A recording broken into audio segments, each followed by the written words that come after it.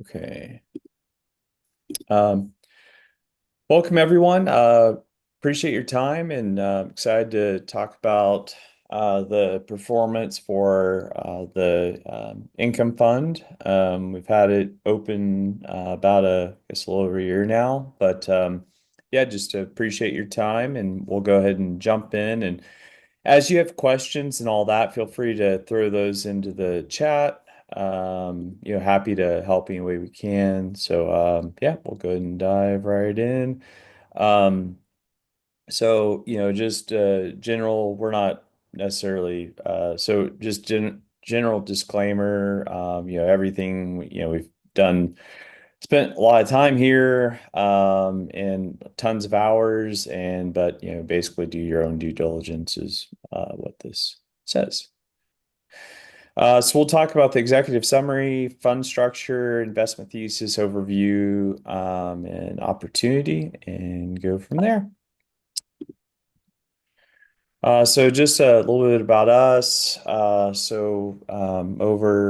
3,000 units. Right now we have about 1,800 units in the Houston area.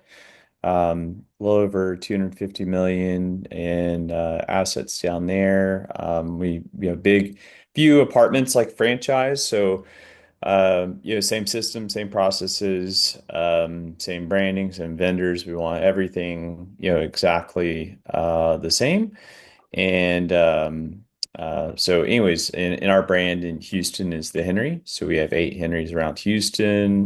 We've got enough scale, and we like to cluster things together. So you can kind of think of it as going from single family rental up to multifamily, and then from multifamily to multiple complexes, multiple apartments. And so like for instance in the northeast quadrant of Houston, actually I don't remember how many units, 13, 1,400 units. With quite a few up there.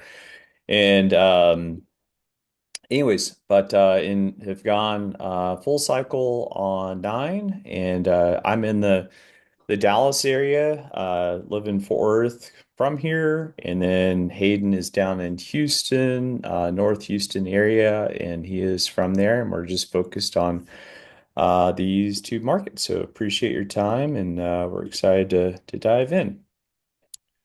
And Hayden, do you want to jump into this one? Sure. Yes, we'll get started. Just a general overview for those that may not know about the Income Fund One, and we have our second fund, and they're kind of mirrored of each other, but they're really both the same in terms of structure. So, Fund One, the investment highlights, it was 15 to 17% projected annualized returns. Just depends on the classes. We had three classes. For investors, just depending on the amount that they invest. So if you put in bigger dollars, you get a little bit better return, the higher end of the spectrum, and vice versa. So either 9 to 11, so 9, 10, or 11% current return. So really attractive cash flow along the way. And then a straight six accrued return for each of those classes. Again, so it's really the difference in the structure is that cash flow along the way. Everybody kind of gets the same accrued return at the back end, but if you put in over 250,000, the current return was 11. If it's over 150,000, it was 10. And over 50,000, it was 9. So really attractive returns, especially what you can kind of get out there in the market for fixed income. And we paired it with stabilized assets that have tax abatements. So we thought it was a really unique opportunity. There's plenty of debt funds out in the market, but the difference between ours and a lot of others is we were injecting them in deals that had tax abatements with local housing authorities, and that is a clear path to increase the NOI and actually service the income fund. Because some deals, that we've seen plenty of them out there. They were injecting these sorts of structures, but there wasn't additional cash flow being made. And so we injected them into deals that have, their taxes going away, which is a significant boost to the NOI. And then you have a lot of excess cash flow from there. So, and then again, too, on the hold period, For fund ones targeted to 3 to 5 years. Just kind of depends on how the market returns and stuff like that when it's optimal to sell. Right now, it's not so optimal, but we have seen the winds starting to shift from headwinds to tailwinds. We've seen that even at the operational expense level, like your insurance costs are coming in. Our renewals last year came in a good bit, and we're expected to come in even more at our renewal at 2026. So we're seeing operating expenses come in, and then we're also starting to see the supply fall off here in Houston specifically. Um, which means those headwinds that we've been facing for the last few years, which have caused rents to remain flat, should start to shift around to tailwinds and bolster the market from there. So we're excited about that. We're already having those conversations with our leasing teams and so forth because we have to put renewal notices out 90 days in advance. So we're prepping for that lease season as we speak. So we're excited in general. This is really going to be the first leasing season that'll feel the effects of that supply really falling off. So supply peaked in Houston in 2024. Saw a good bit drop this year, and it's going to continue over the next few years. So that's kind of where those tailwinds come in, and we think it'll be optimal for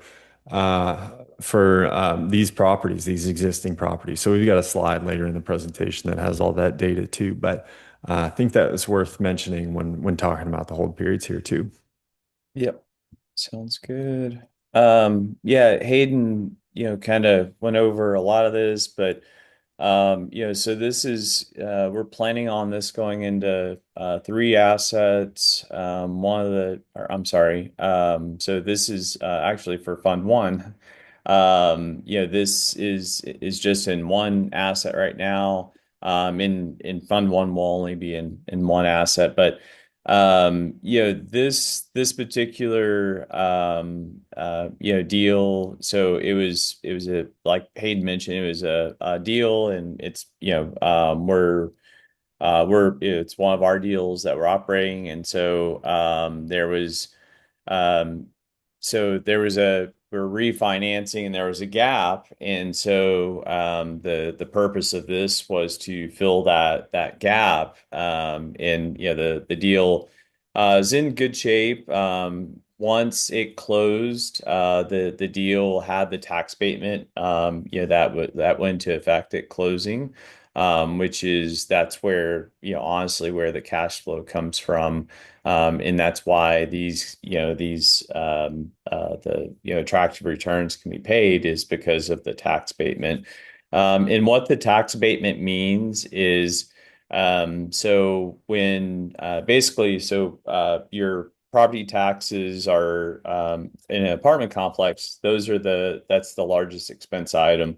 For this particular deal, the taxes were about $1 million, and we'll go into this a little bit more too in some other slides. But basically, so that $1 million is wiped off the expenses, and so your NOI jumps up, your value jumps up, and then your cash flow also jumps up. And that's how this works, and why we're able to pay pretty attractive returns. And so we've had this open for over a year now, and we'll get into a little bit more. We've had, it's been very consistent, and our whole goal is for this to be very consistent income for everyone. We're invested in this fund. So um, anyways, but we've seen some deals, like Hayden mentioned, where there was, they had a debt fund, and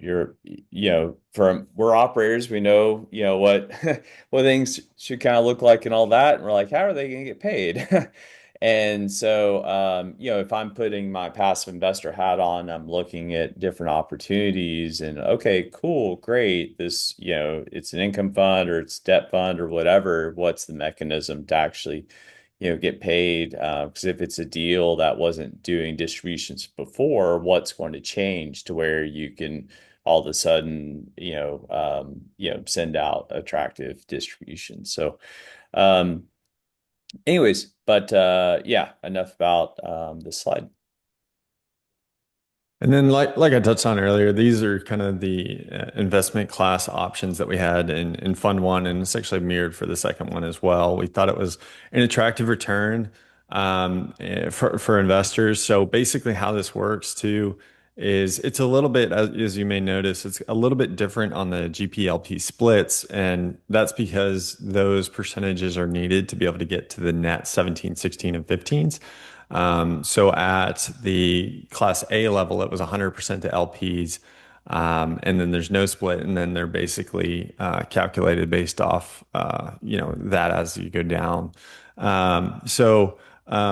thought it was a pretty attractive return for investors, and like Dustin touched on too, just having that clear path to be able to service it is super important, and why we really liked this combination. And we've got, out of all of our deals, not all deals that we have are going into this, but we've got four deals with the Houston Housing Authority and one with the Fort Bend Housing Authority. So we've got five deals in partnerships with local housing authorities, and it's been a really great partnership. You're able to obviously provide value to investors through increasing the NOI, which then increases the property value. But you're also able to provide affordable housing for people in need. And so we're seeing that more than ever right now, actually. It's a tough job market out there. And so people need help. And, a lot of the communities that we go after specifically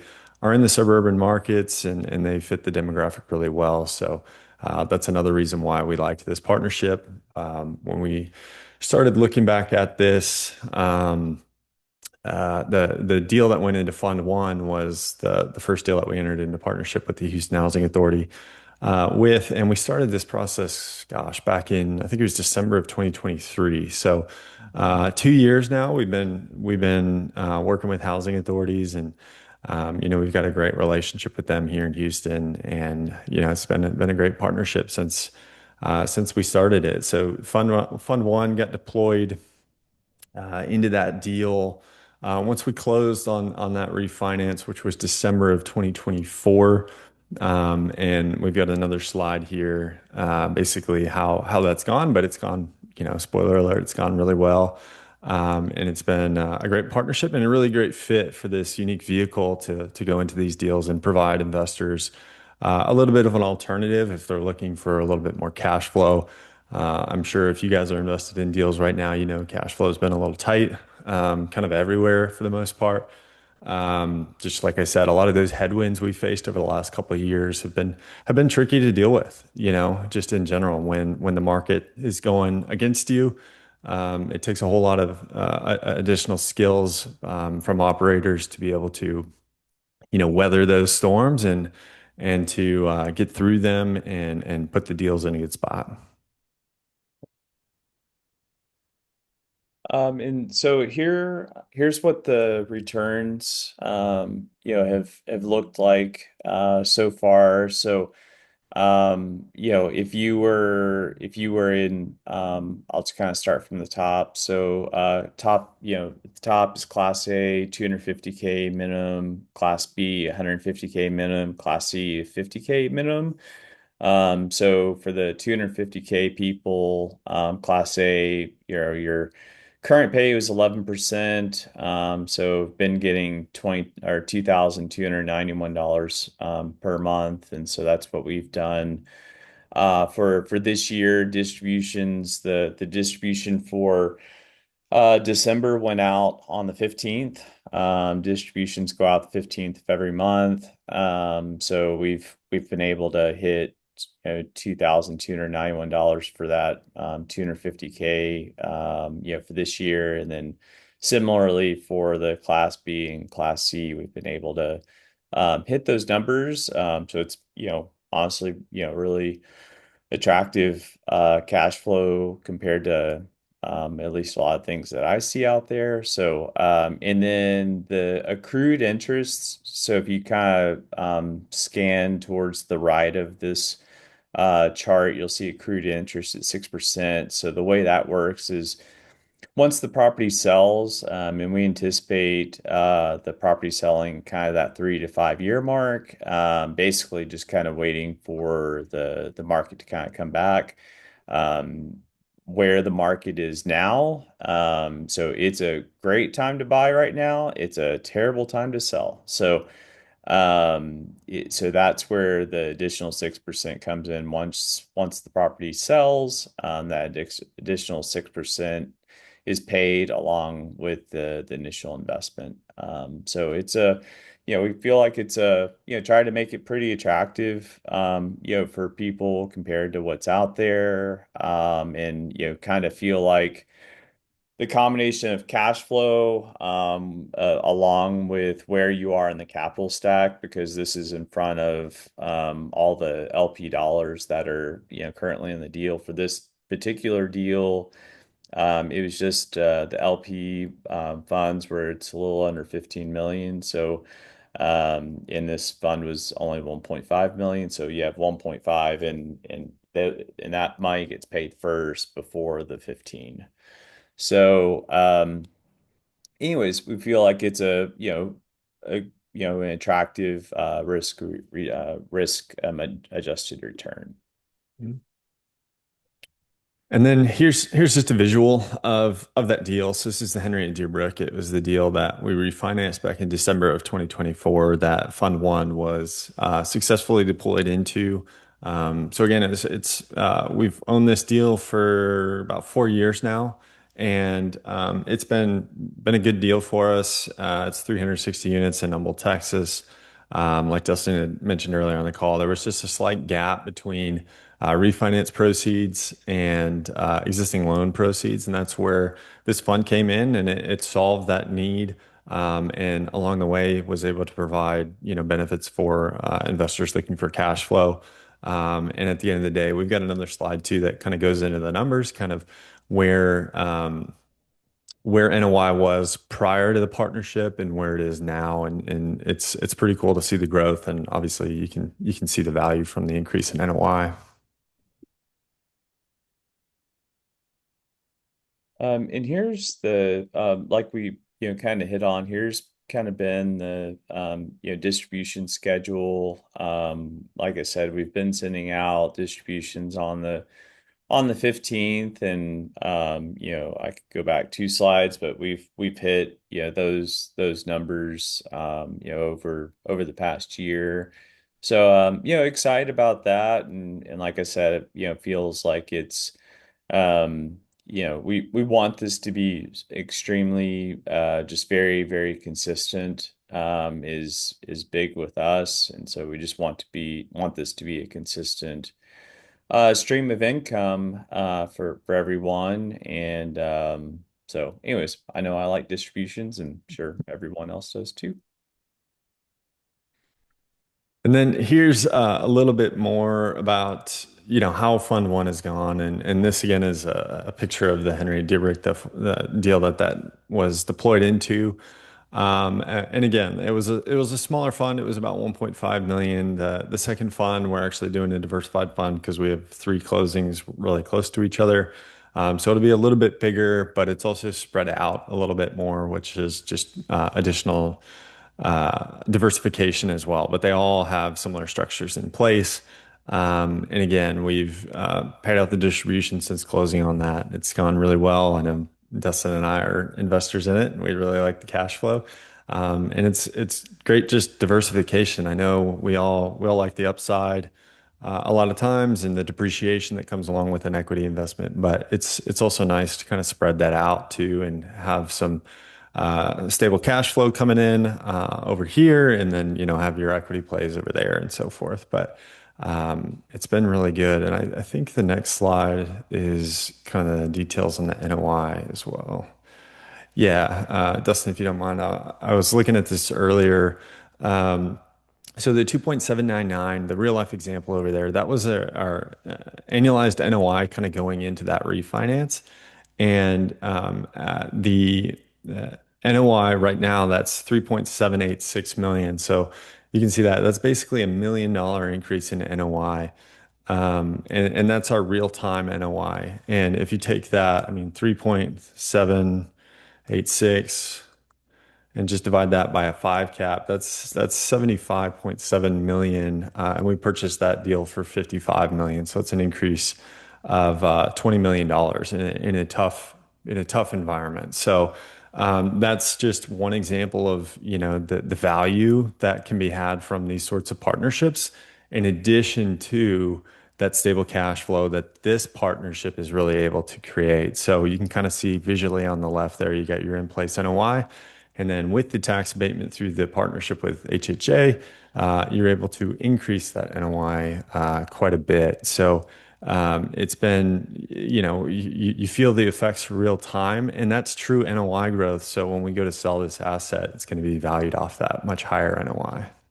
Yeah, and I wanted to just mention too, 55 million was our purchase price, but our current loan amount on this property is 49 million. So you really have, what is that, 26 million of cushion there. So there's, anyways, there's a lot of equity there, and all that. So anyways, feels like a good place to be in. So. Mhm. And then Hayden had kind of mentioned this on one of the earlier slides, but one thing that's really attractive and honestly the reason why part of the reason why it's a challenging market to sell in right now is because there were, you can see in 24 on this slide. So in 2024, there were 96 deliveries, 24,000 units. DFW had even north of that.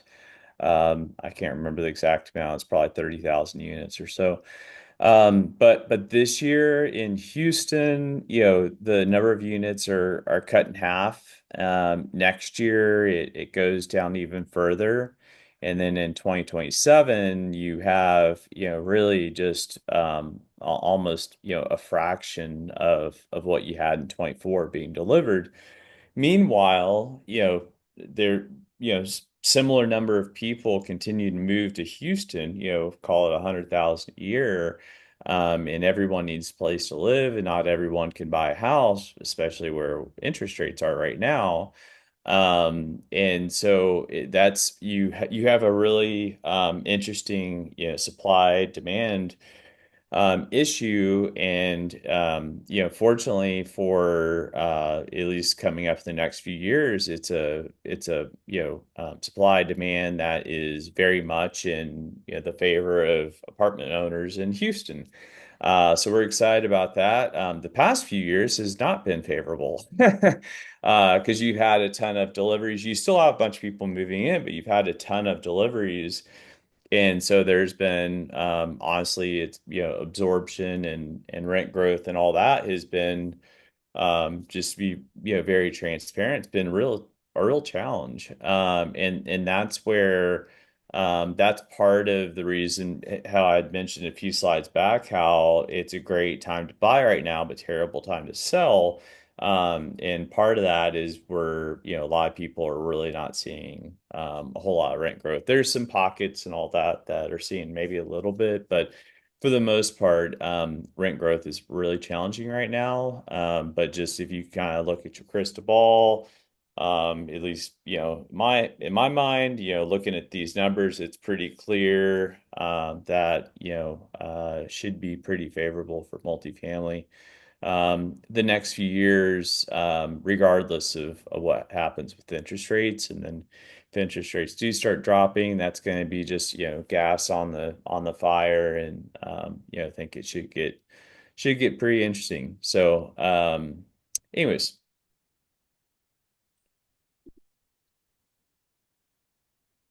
And then we touched on this slightly, but the alternatives out there too. We've seen really over the last couple of years we've seen drops in money market accounts and so forth. A lot of our properties and so forth. We have savings accounts where we hold reserves, and we've seen drops on the interest rates on those. So kind of all over the place. Rates have come in. We've even seen it too on the kind of the broader markets of preferred equity for those bigger checks. A lot of those people are getting very competitive, and that demand really drops the rates that they can charge too. So, we've seen rates come in quite a bit all over the place, and so that, is another reason why we think this is a great alternative to some of those opportunities because it's still an attractive return. And again, it's kind of a unique partnership that you're really not going to find very many places at all, especially combining these with fixed rate senior loans, and then you'll have a piece of pref behind that. And with the tax abatements, you're able to significantly increase the NOI and the property value. So it's a very unique combination that is going to be hard to find. And then again, the alternatives are all over the place, dropping quite a bit. So for the investors that do participate, we're excited we're excited to be involved in them as well, because we do think it's a pretty cool opportunity. And then I just put it in the chat, but CJ, we see your questions and we'll get to those here towards the end. Yeah, and then like we've touched on a few times, just focusing on this fund was just focused on in this instance one deal with local tax abatement and all that. Like Hayden had mentioned, we worked really hard, started that process in December of 23 and took quite a while to be able to get this approved. It was a lot of work. You're not just it's not just filling out a little bit of paperwork and then sending it off. I mean, they rejected a lot of, honestly, they rejected quite a few properties. So they were very, very selective about what assets they let in. So we were, honored and grateful, for the partnership, and it's been a really good partnership. And so anyways, but they are they're partnered and so there's they want to see us, they want everyone to succeed and all that. So it's been just a good all around partnership there. And then this is kind of the timeline for the next fund that we've got, which is the fund two. We already actually just closed the first asset in that deal, so we have two more coming behind it. The refinances are staggered. That's the only reason why it's a lot to get done at once. So the first one just closed a couple weeks ago, and then the next two are scheduled to close really right around the end of January, early February. So we're excited to get those in. And again, it's like we said, it's the additional thing that's interesting about this fund is it's a little more diversified. It's in a couple assets rather than just one, so it spreads the risk even more. So it's a really unique opportunity from that perspective as well. But so we're currently raising for the second fund. If anybody does have an interest, and we'll be raising through either the time it gets filled up or the time as we're closing these assets over the next couple months.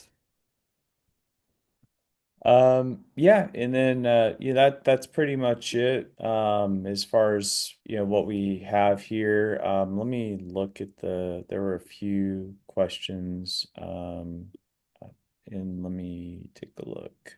Yeah, I can take a stab at CJ's first one. I wasn't familiar with TAAHP, but I looked it up, and so it looks like it's a organization out of Austin. So we don't own anything in Austin, so I can't speak to very much about how they're structuring their partnerships over there. Same thing with DFW. Well, all of our partnerships are in Houston. Yeah, CJ asks about, can you share how your experience in Houston has compared to North Texas from an execution and partnership standpoint? There was a recent change with the housing authority leadership. I can't remember when maybe it was early, kind of Q1, Q2 of 24, I think, for the Houston Housing Authority. There was a big shake up on the board. It was a new president came in, Jamie Bryant. And so around that time, they were definitely stopping all new partnerships. David Northern was the prior president of the board, and then he actually, I think he's now the head of Flint, Michigan's housing authority. But Jamie came in, and they put a pause on all the new partnerships, and so thankfully we had actually got ours approved by the board prior to that. And since then, since we got ours approved, we really haven't, requested approval for future deals. So I'm not really sure where they're at right now in terms of approving. I do know though, around that time, they definitely hit pause. So hopefully they're approving new deals now. We just closed one with the Fort Bend Housing Authority. And Fort Bend is actively exploring new partnerships. So if you have a deal in Fort Bend or invested a deal in Fort Bend, they are actively looking at it. The thing for these partnerships too is the economics of the deal have to make sense as well. We've shared a couple deals that we're looking at in Fort Bend, for example, and it just didn't work with the taxing jurisdictions that they were in and so forth. So it didn't make sense. So the different mud districts and everything, all the different taxing entities, play a role in whether or not these partnerships make sense or not. So it's really hyper local. And you can find advisors too, like Hilltop is a company that advises the Fort Bend Housing Authority at least, and you can kind of bounce ideas and thoughts off of them. And they're kind of the intermediary between you and the board of the housing authority. So they're great resources as well. If you're invested in a deal or an operator in a deal, I'd recommend, getting connected with some of those people. Um, and just seeing if there's opportunities there. Um, but yeah, unfortunately, like we don't have a ton of like up to date information on what the approval process looks like right now, just because it's been a little bit since we've gotten anything approved. But I do know that there are housing authorities out there that are looking for new deals. HB 21 was House Bill 21 that came out mid to late last year. I can't remember. It was like August or September, I think, when that passed. That had a bit of a shakeup for Chapter 394 deals, which are HFCs. So there's different types of partnerships. We have four Chapter 392s and then one Chapter 394. HB 21 was House Bill 21 that affected HFCs under Chapter 394. So that shook up a little bit of the industry with that because it retroactively actually voided some traveling HFCs. So anything that is traveling or non-local jurisdiction, and what that basically means is if you're doing a deal in Houston, but you're partnering with, let's say, for instance, a popular one was Pecos County. So the Pecos County Housing Authority, you're out of jurisdiction. You're out of that local market that you're in, forming these partnerships and then taking those tax rolls off of that local municipality. That's what HB 21 went after. So those deals, unfortunately, don't have a whole lot of great options because HB 21 actually was a retroactive law that went into place. So it kind of voided not only future, but past deals with that structure. That's why we've, always pursued local stuff. It's just more ironclad. It's in the local market. Those cities want to create affordable housing. So, if you're looking at deals and stuff like that, I don't know if you'll see them uh, at all anymore with the traveling. But I know a lot of traveling deals were done too. So it's still a problem that I know a lot of people are working through. There were a few questions, a few more questions that popped in. I'll grab one of them, and then I know there's a few more. But um, Stacy asked what the approximate cost was to refinance and pursue the tax abatement. It really depends on the deal. Depends on if we did the tax abatement kind of prior to the actual refinance and all that. Sometimes we did the tax abatement and then the refinance was later because of timing. So um, we did I'll just give you kind of the tax abatement. So it really depends on the lender and all that. This is kind of where relationships and kind of selecting the right lender really matters a lot. And so we had some lenders that request that required a pay down in order to get the tax abatement going. So that got real expensive real fast. So we had one of them, it was basically they wanted $1 million pay down, but then they also allowed us to use the CapEx funds. So that kind of helped, kind of wash away that sting some. But in general, I'd say that the tax abatement alone was, roughly close to $1 million ish or so, because you had to pay the Houston Housing Authority an acquisition fee, and then attorneys, anytime, attorneys get expensive pretty quickly. And then because the Houston Housing Authority has an attorney and we have an attorney, and then our lender has an attorney, and feel like we're putting pe kids through college, but um, uh, probably not too far off, but there are a lot of costs involved. So you're like, is it worth it? And so, just for instance, one of the deals that are going to be in Fund Two is we bought the deal for 40 million, and it was kind of before the tax abatement it was appraised for 44 million. After the tax abatement it was appraised for 56 million. So it was a $12 million increase in value, and the reason why is because it had a big tax number. And so that was, huge swing in NOI and all that. So, anyways, that's kind of approximate cost. And then depends on what type of refinance. HUD is kind of pricey. Um, Freddie Mac and all that are not as costly. So there's some, variations there. So I hope that helps. Yeah, and just to kind of back that up too, so the next deal that the fund two is going into, it's called the Henry at Woodland Hills.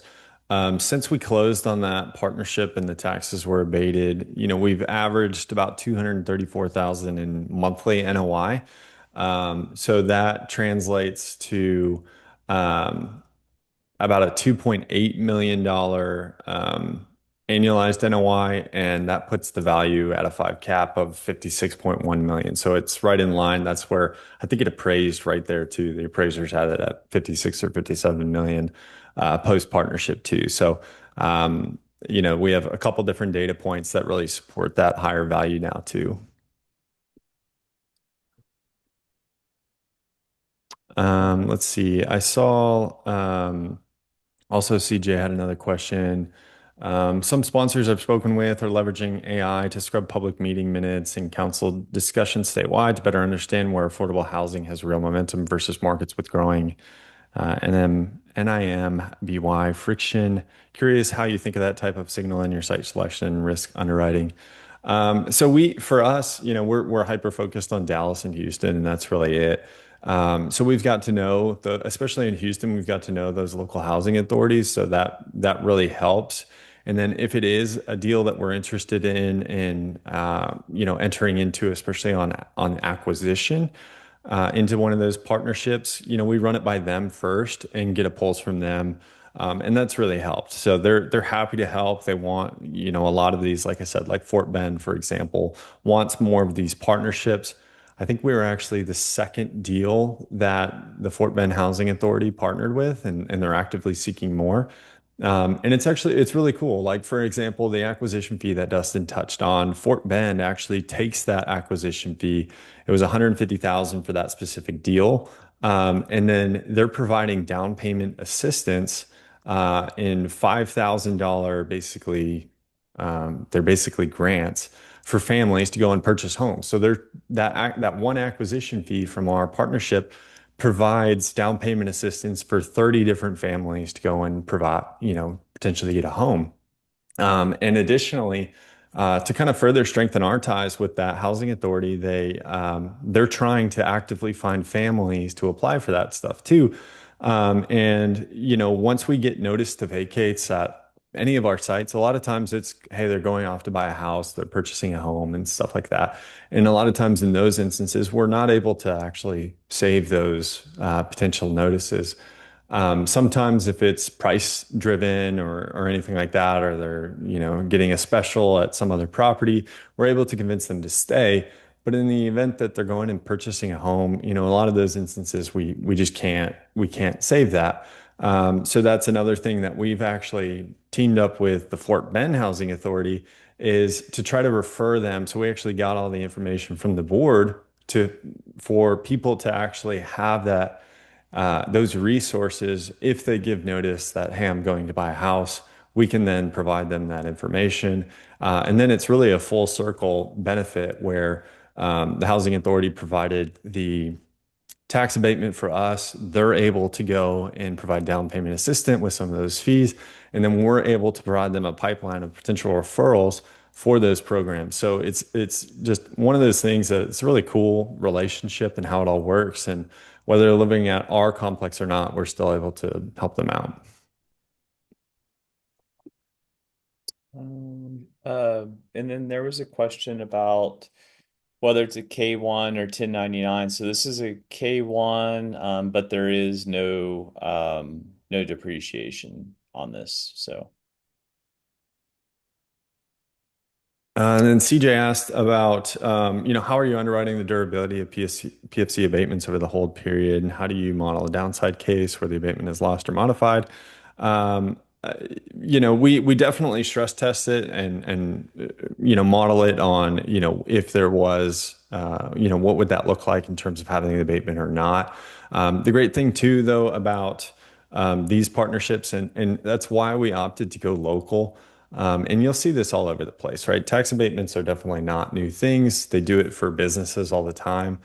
They even do it for companies. I just saw an article that Disney, they've got all sorts of abatements because of the amount of revenue that it brings to cities and stuff like that. So, um, there's companies. I want to say Eli Lilly too. I think they got a big tax abatement for coming into Houston for their new development that they're doing.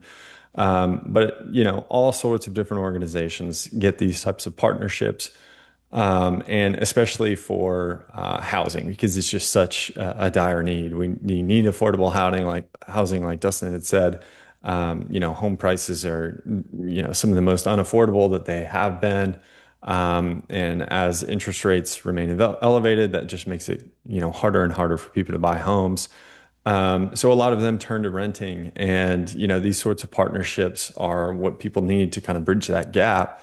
And that's why we did it with local housing authorities, though, because even HB 21, which was some of the kind of harshest legislation that we've seen or our advisors had frankly seen come out, it really didn't have an impact on the ability to go out and create local partnerships because they know that's what we need at the end of the day. let me see. I think there was. I saw Stacy had a question about once you get the tax abatement, does it expire? So yes and no, I would say it's a 99-year ground lease. So effectively, for our lifetimes, it will not expire, but it's good for 99 years. Yeah. Oh, and then Greg, yeah, there was a question about how much we've received to date. So we've received 1 point, I think 343 million. So that's kind of where we're at. And then yeah, we'll be making a bigger push on that the next few weeks for sure. So as far as and then the question is what happens if you don't raise the full 5 million? I don't know if we're trying to understand if we need the full 5 million. We may not. So we're working with our with kind of the closing coordinator to understand what that number will be exactly. So we may not need the whole 5 million. So but yeah, if we're going to get it closed one way or another. So whether have to close the gap, we fund some of it and continue to raise and pay ourselves back, or so anyways, we're getting it closed one way or another. So Mhm.